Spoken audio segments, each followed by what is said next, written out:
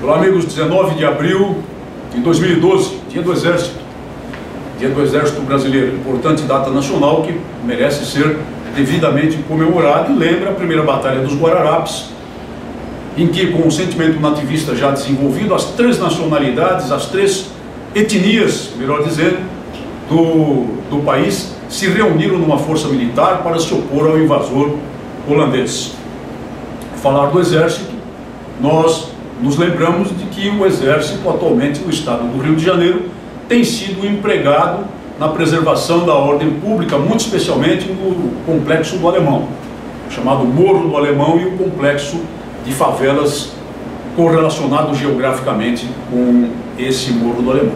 E o Exército está saindo dessa localidade, está sendo substituído pela Polícia Militar do Rio de Janeiro, que tem a seu cargo a atribuição constitucional de defender as pessoas, defender os cidadãos, de executar a segurança pública e de garantir a ordem pública. Nunca o Exército brasileiro deveria ter sido empregado nessa missão. Se houvesse brio suficiente no governo do estado do Rio de Janeiro, nunca se teria sequer cogitado do Exército ocupar aquelas comunidades em substituição à Polícia Militar, embora eu defenda e continuarei a defender a participação subsidiária de uma força militar em apoio à força pública para a ocupação dessas áreas conflagradas. Foi o que aconteceu com a ocupação delas pela força policial militar, embarcada em veículos de combate, em carros de combate dos fuzileiros navais. Nesse ponto eu sou favorável, porque o poder de fogo do crime era muito grande, então havia necessidade de uma proteção adicional aos componentes da Polícia Militar para poder executar a operação, reduzindo substancialmente o risco de vida dos próprios policiais.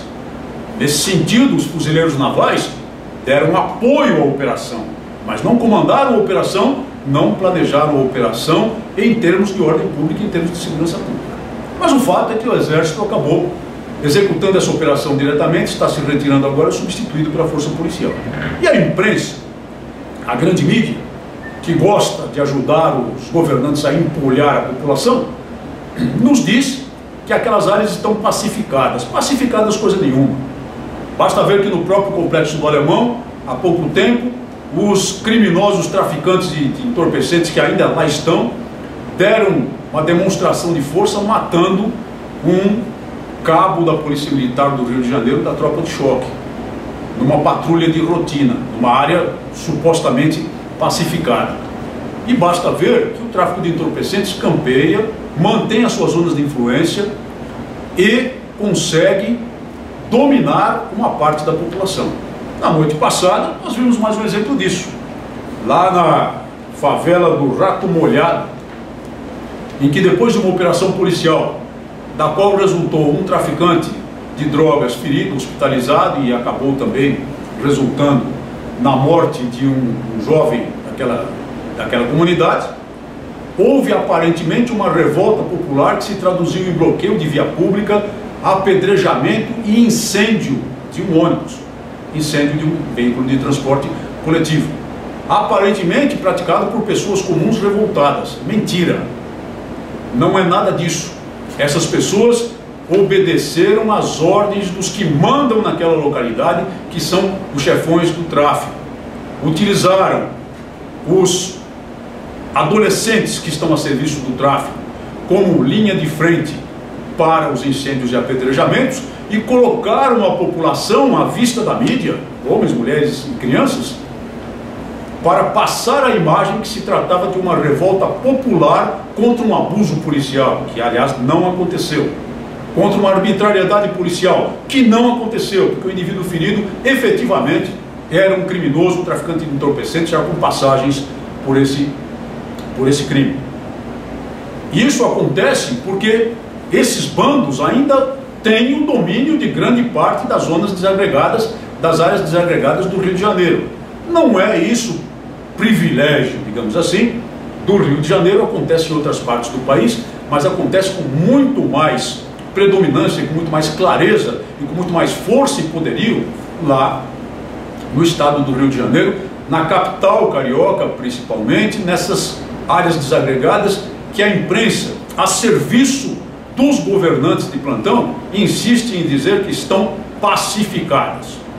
Estão pacificadas apenas na propaganda governamental, na propaganda de um governo que não faz coisa alguma sequer para promover materialmente os membros de sua força policial e do corpo de bombeiros. Um governo que é de estado rico, mas paga aos policiais militares do Rio de Janeiro o terceiro pior salário policial do país. Um governo que não se preza, não se preocupa com a questão da qualidade, que não se preocupa com a questão da melhor formação, que não se preocupa em melhorar as condições de vida dos seus próprios policiais, a fim de torná-los mais aptos a combater o crime, sabendo que correm como correm um grave risco e pagam verdadeiramente preço de sangue por isso, mas ao menos tendo a tranquilidade de saber que se algo lhes acontecer, sua família ficaria amparada e protegida, mas não fica, porque vai receber uma pensão de fome derivada de um salário de fome.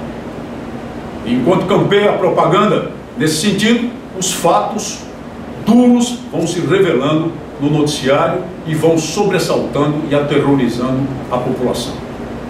Só muda isso quando houver governantes mais responsáveis. Que vem aqui uma senhora Hillary Clinton, secretária de Estado dos Estados Unidos, para participar de um evento no Brasil, faz um discurso grotesco, sem fundamento algum, dizendo que o governo brasileiro, especialmente na pessoa da Presidente da República, é um modelo mundial de combate à corrupção.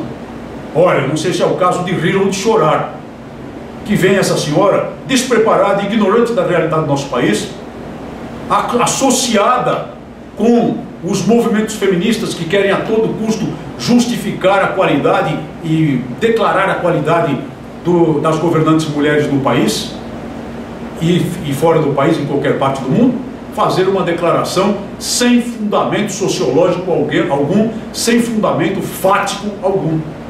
E temos de engolir a presença dela aqui. Terrível, mas é o que nós vivemos hoje pela força do poder que nos governa. E que um dia, seguramente, pela força do voto, será apeado do poder. Muito obrigado por sua atenção e até o nosso próximo programa.